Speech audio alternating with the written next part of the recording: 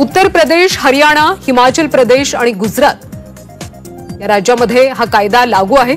सोबतच झारखंड, मध्य प्रदेश, उत्तराखंड, ओडिशा आणि छत्तीसगड या राज्यात सुद्धा लव जिहाद विरोधी कायदा अस्तित्वात आहे।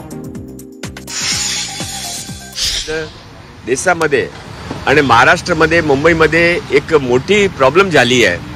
मी हा लव जिहादची जे कमिटी निर्माण झाली त्यानंतर हा लव जिहादचे केसेस कसा रोकायचे आणि ते झाले त्यांच्यावर कसा काय करायचे ते कमिटी नक्की सांगतील। लव जिहादाच्या संदर्भात लव जिहाद असेल त्याबद्दल कारवाई कडक झालीच पाहिजे। प्रचंड ग्रामीण भागामध्ये याचे इतके प्रकरण पुढे येत आहेत तर त्याच्या संदर्भामध्ये लोकांचा दबाव आहे की लव जिहादच्या प्रश्नावर सरकारने कारवाई केली पाहिजे। जो लोग विकास का नारा देते हैं वो विकास पर बात करते हैं।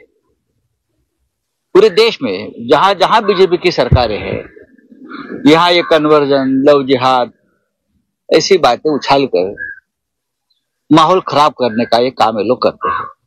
स्वतःचं मत आहे, कोणी कोणाशी लग्न करायचं किंवा प्रेम करायचं हे संविधानाच्या चौकटीत प्रत्येकाला तो अधिकार आहे। त्याच्यामुळे असे काही विषय आज राज्यासमोर आणि देशासमोर खूप मोठी आव्हानं आहेत। आज माननीय प्रधानमंत्री हे अमेरिकेत कालच परत आलेत, पण त्यांच्या सगळ्या मीटिंग्समध्ये टॅरिफ्सचा केवढा मोठा इम्पॅक्ट हा आपल्या देशावर होणार आहे, हे एक खूप मोठं आव्हान आपल्यासमोर आहे।